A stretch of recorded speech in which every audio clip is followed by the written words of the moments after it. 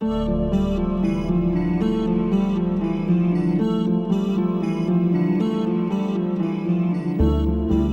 m'appelle Véronique Lafitte, j'ai 54 ans et j'habite ici depuis 50 ans. J'ai monté il y a 27 ans un centre équestre sur l'endroit. Je suis donc enseignante d'équitation, c'est mon premier métier. J'ai été ensuite pendant 10 ans entraîneur national et je savais que je savais bien faire la cuisine, que ça me plaisait et que j'avais quand même une structure pour. Donc j'ai décidé d'ouvrir un restaurant il y a 3 ans. Voilà, en me disant je vais remonter mes manches et puis on m'a dit que je savais bien faire.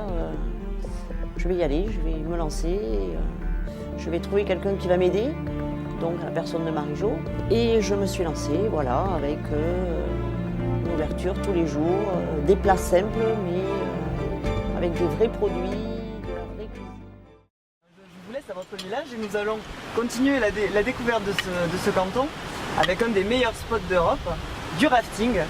À Rocacois, chez Mathieu Bessière.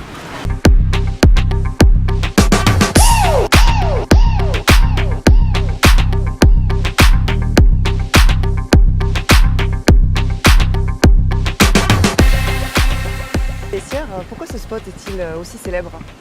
L'Aude, c'est une rivière qui a la particularité de passer dans les gorges de l'Aude, ici dans la Haute-Vallée. Donc on a un cadre qui est magnifique, tu peux voir autour de nous, on a des montagnes partout.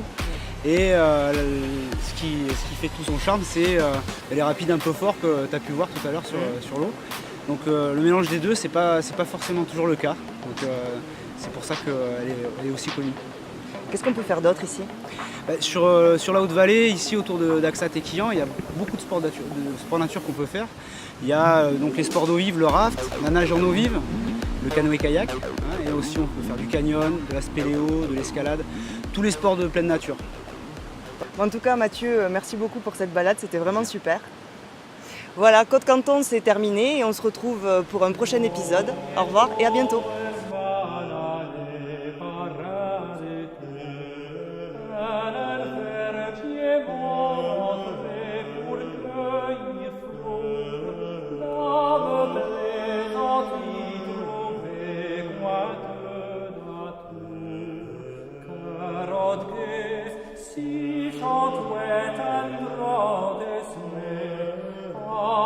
Montgeard est un petit village situé au cœur du Lauragais.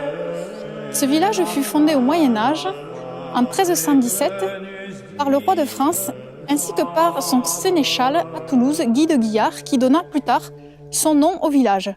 Montgeard connut son apogée à la Renaissance, à l'époque de l'âge d'or du pastel. Le pastel était cette plante tinctoriale qui servait à teindre les vêtements de couleur bleue.